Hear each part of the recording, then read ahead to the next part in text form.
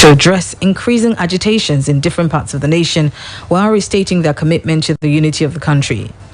The governor stated this through the governor of Ondo State, Rotimi Akeredolu, at the end of their meeting in Asaba, the Delta State capital, on Tuesday. The meeting recommended that in view of the widespread agitation among our various peoples for greater inclusiveness in existing governance arrangement, the federal government should convoke a national dialogue as a matter of urgency. The meeting expressed concern on the continued gridlock on the Oshodi-Apapa Expressway and the chokehold it has exerted on the nation's economy, being the sole outlet from Apapa Wharf. The meeting therefore recommended the activation and establishment of ports in other states of the Federation to create new jobs and promote socio-economic activities in the country. The meeting expressed concern on the economic implication of another lockdown on the country and therefore suggested greater coordination and cooperation between federal and state government in involving strategies for dealing with the COVID-19 pandemic. President Muhammadu Buhari and Nigeria's security chiefs yesterday met at the State House, Abuja. The meeting is coming over 24 hours after armed robbers attempted to attack the residence of the Chief of Staff to the President, Ibrahim Gambari. President Buhari at the meeting approved the new security measures applied for Southeast and South-South zones in the country to restore peace in the region. Speaking at the meeting, the Acting Inspector General of Police, Usman Al-Khali Baba, said that this strategy is geared towards changing the narratives.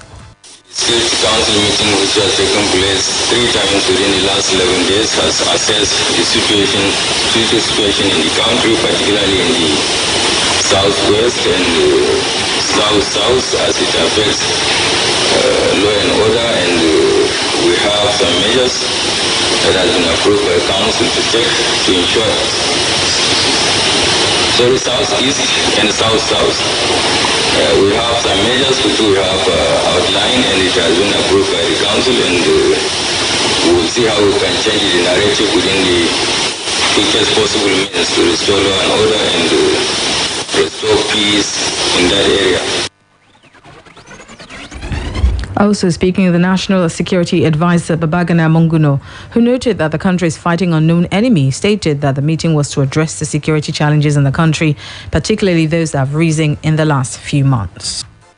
On my part, I briefed Council on the enablers of crime and the need to find quick responses with a view to mitigating the growing threats to society.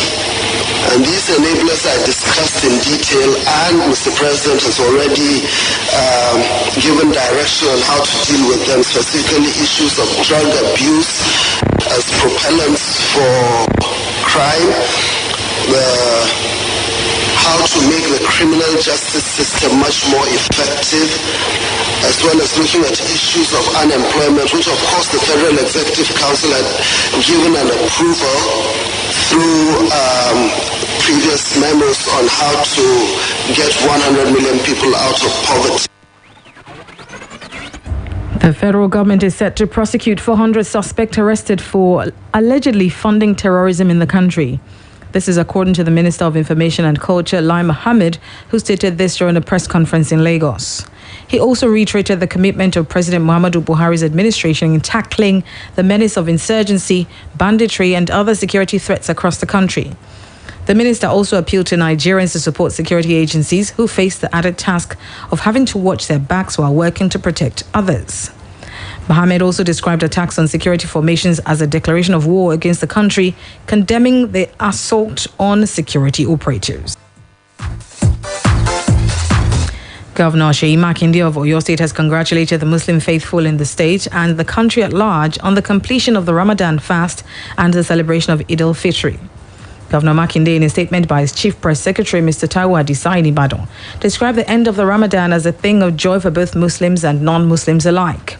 The governor, who used the opportunity of the Eid al-Fitr to call for prayers to end insecurity in the country, enjoined Muslim faithful in the state to reflect on the spiritual benefits of Ramadan. According to Makinde, the spiritual benefits of Ramadan include love, peace and justice in their daily living, and through this, contribute to the development of the nation. He equally called on all Muslims not to depart from their good ways exhibited during the 30 days of spiritual exercise, which he said had drawn them closer to Almighty Allah, with a lot of lessons learnt in the process. The governor also urged all Nigerians to be law-abiding and embrace the spirit of love, self-discipline, kindness and tolerance as taught by the Holy Prophet Muhammad. The number of children hawking on the streets during school hours in the city of Ibadan, the Oyo State capital, has continued to become a thing of concern in the society. Meanwhile, the state government said that the implementation of its free education policy agenda has led to reinstatement of not less than 43,000 out-of-school children into basic and secondary school education programs in the state.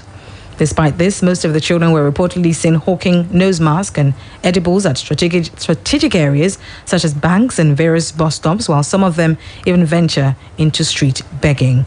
Our reporter Ayolu Busi has more on this in this package report.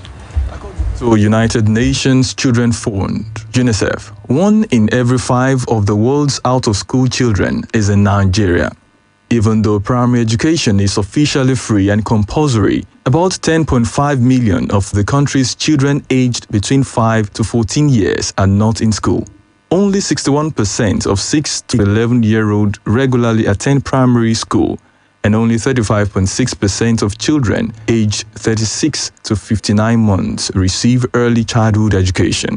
Here in Oyo State, a survey conducted by the National Population Commission in 2020 indicates that 12% of children in Oyo State were out of school. The NPC Federal Commissioner in Oyo State, Dr. Iyitayo Oyetunji, who disclosed this at a program in Ibadan in December 2020, stated that this was the key outcome of the National Education Data Survey conducted by the NPC. The data specifically is to evaluate the impact of this intervention. In Oyo State, the report has shown that we still have 12% of children who ought to be in school out of school. And the report that we have today has shown that some of the reasons why these children have dropped out are that there are no teachers. For this, we are happy to note that the state is presently in the process of recruiting teachers. In order to reduce the rate of children still out of school in Oyo, the state government early this year employed 5,000 professionals who would add value to the academic excellence of students. The state government claimed that the implementation of its free education policy agenda has led to reinstatement of not less than 43,000 out-of-school children into basic and secondary school education programs in the state. Despite this, the presence of children hawking on the street continues to appear during school hours in the city of Ibadan. Most of them were seen hawking nose masks and edibles at strategic areas such as banks and various bus stops, while some of them even venture into street begging. In a chat with some of the children, they explained reasons why they are not in school. Because there is school, but they're not doing nothing in the school, that's why. I just follow one of my cousins to come and save me. It's what we are eating from now. I'm just using to my mom. Reacting to this during a telephone interview, Oyo State Commissioner for Education, Science and Technology, Barrister Olasukomi Olaleye, said the state government has embarked on projects to promote access to education for the less privileged in this state. He stated that the government will not relent in its efforts to ensure that the number of children out of school reduces to its barest minimum. We will be able to create access to school because then, remember there is something the payment of school fees. Then in 2019, we gave out free textbooks and 13 of them have been valuable subjects. In the same year, it gave us about 2.9 million books free. to students in secondary schools. And this year, just about 2 months ago, we gave additional 2.6 million monthly fees. All these are meant to create access to schools. But when we go into buy textbooks, they don't need to pay school fees. There is something from going to school. So, and the result is that we are seeing a 20 increase in enrollment in our schools, which means the out of school children are reducing the number. Barrister Olale, however, reminded that the Child Rights Law of Oyo State and the Universal Basic Education Act are still very much active, and anyone who falls victim will be sanctioned accordingly. Being a major investment in human capital development, education plays a very crucial role in securing economic, social progress and improving income distribution. This explains why the state of education in Nigeria should continue to be a national discourse at all levels. Ayo Olugbusi, Splash FM News.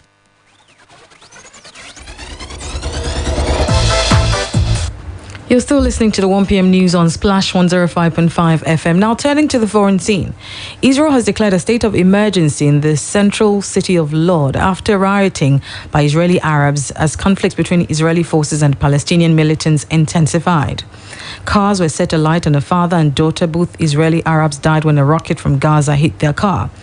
Palestinian militants fired hundreds of rockets deep into Israel, while Israel carried out heavy airstrikes on Gaza. At least 40 people have died in some of the worst violence in years. Israel's military says it is targeting militants in Gaza in response to rocket attacks on Jerusalem and other areas. The Israeli army said more than 1,000 rockets have been fired towards central and southern Israel by Palestinian militants since Monday evening, when hostilities suddenly escalated. U.S. motorists have been urged to not hoard fuel as supplies tighten due to a major pipeline remaining shut after a cyber attack. Some drivers in the southeast were seen stocking up as petrol stations began running dry and prices rose. The American Automobile Association said the average price for petrol was the highest on Tuesday since November 2014 at $2.98 per gallon. North Carolina, Virginia, and Florida have declared a state of emergency. But U.S. Energy Secretary Jennifer Granholm said there was no need for motorists to hoard petrol. Ms. Granholm said there was not a shortage but a supply crunch in North Carolina, South Carolina, Tennessee, Georgia, and Southern Virginia, regions that typically rely on Colonial for fuel. And very quickly in sports, the president of the Nigeria Football Federation, NFF, Imaju Pinnick, is confident that the Super Falcons would emerge victorious in the qualifier match against Ghana. Super Falcons of Nigeria have been drawn to face Ghana in the first round of the 2022 Women's Africa Cup of Nations qualifiers. Falcons, known to be the most successful team with 9 titles in 11 editions, will once again compete for the first round of the coveted Women's AFCON title. Pinnick admitted that although the Ghanaian side is tough to beat, the Super Falcons would, however, scale through going by their level of preparedness. But we're not going to joke with the qualifiers because we are playing Ghana, and Ghana is not a team you just a stroll in the park. No, Ghana is one of the teams in women's football in the country. So we're going to take it very seriously because we want to retain the title. We want, to female football, so to speak. They've gone beyond, like I said, what we normally comprehend, what we normally say. You can easily beat a team 2, 3, 4, 5, 6-0. Not anymore. It's tough because there's a lot. And going by the last Nigerian Women's League Super 6 played in Abeokuta, I saw the quality of